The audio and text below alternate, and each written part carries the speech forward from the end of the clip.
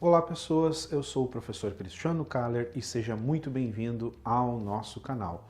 No vídeo de hoje, a nossa aula 5 sobre empreendedorismo, logo após a nossa vinheta.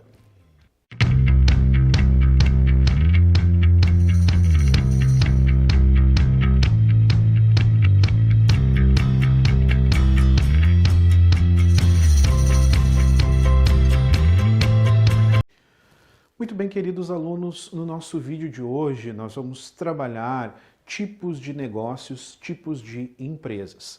Lembrando que essa nossa aula é uma sequência, nós já estamos na 5ª aula de empreendedorismo. Se você perdeu as aulas anteriores, eu te recomendo que volte lá na primeira aula, segunda, terceira, quarta e depois retorne a este vídeo, ok? Então nós vamos aqui para os tipos de negócios. Venha comigo aqui para a lousa, vamos dar uma olhada.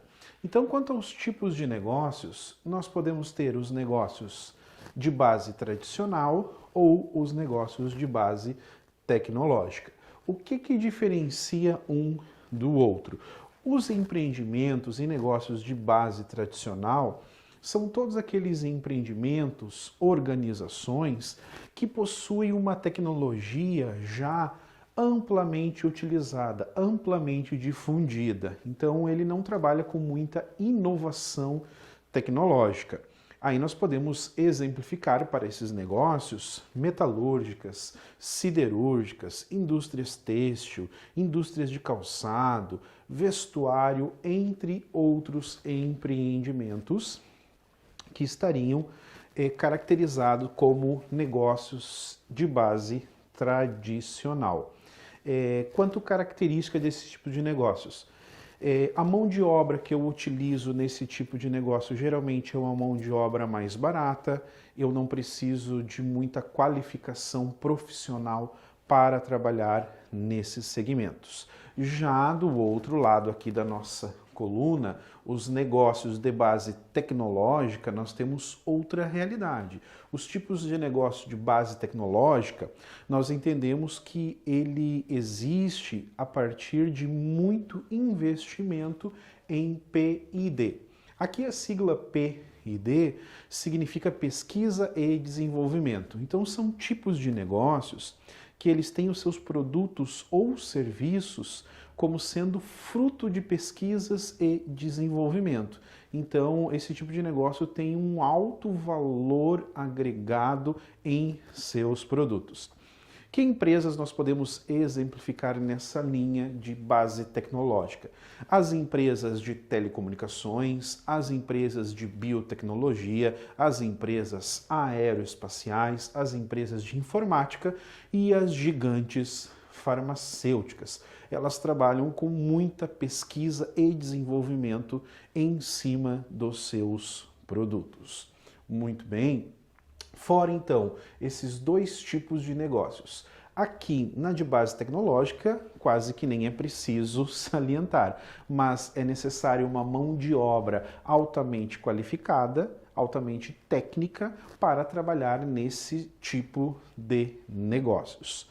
Muito bem, e nós ainda temos mais duas situações diferentes que tem sido cada vez mais usual no nosso país, Brasil. Quais? Nós temos também os polos industriais e nós temos os clusters.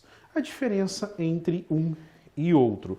Os polos industriais geralmente são regiões específicas, geográficas, que naquela região se encontrou ou se produz uma determinada matéria-prima. Então, naquela região se constrói um polo industrial a fim de estratificar, extrair a matéria-prima daquela região. No nosso exemplo aqui, no estado do Rio Grande do Sul, sul do Brasil, nós temos na cidade de Canoas o polo petroquímico, aonde naquela região ali do polo petroquímico é extraído o petróleo do subsolo. Ok? Então foi achado naquele ponto geográfico específico, foi achada a matéria-prima, então no seu entorno se constrói um polo. Ok? Então o polo geralmente está atrelado à matéria-prima que eu encontro no mesmo local. Muito bem? Vamos para os clusters agora? Muito bem, agora aqui nos clusters. O que são clusters? Do inglês significa aglomerados. Então, cada vez mais nós percebemos que as empresas estão, devido à sua otimização da logística, elas estão trabalhando com a lógica de aglomerados. Como é que funciona? Eu tenho uma empresa que desenvolve um determinado produto, mas existe uma série de outras empresas que me fornecem parte desse produto. Eu terceirizo parte do meu produto e eles me entregam parte do meu produto que vai gerar um produto final. O que então as empresas hoje estão fazendo? Elas montam clusters. O que é isso? Elas montam uma planta industrial, onde elas concentram numa mesma planta todas as indústrias terceirizadas que fornecem o suprimento para esta indústria. Então, todas ficam alocadas agora no mesmo espaço físico.